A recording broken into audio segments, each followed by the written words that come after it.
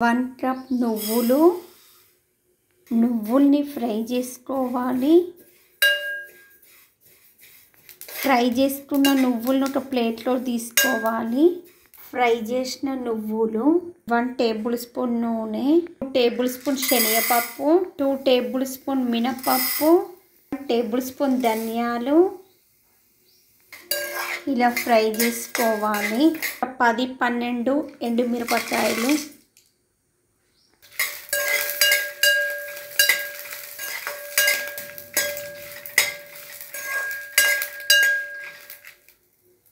One table spoon జీలకర్ర,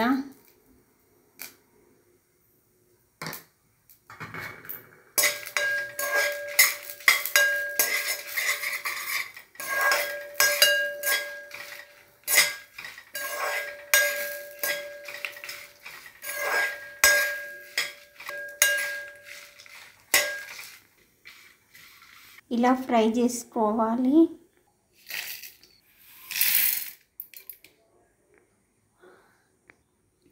ఇలా grinder పట్టుకోవాలి.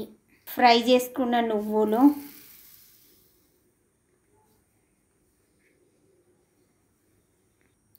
ఇప్పుడు గ్రైండర్ పట్టుకోవాలి. టేబుల్ స్పూన్ ఉప్పు, 1/2 టేబుల్ స్పూన్ పసుపు, 10-12 ఎల్లిపాయలు. ఇప్పుడు గ్రైండర్ పట్టుకోవాలి. ఇలా గ్రైండర్ పట్టుకోవాలి. నువ్వుల కారపొడి తయారైంది.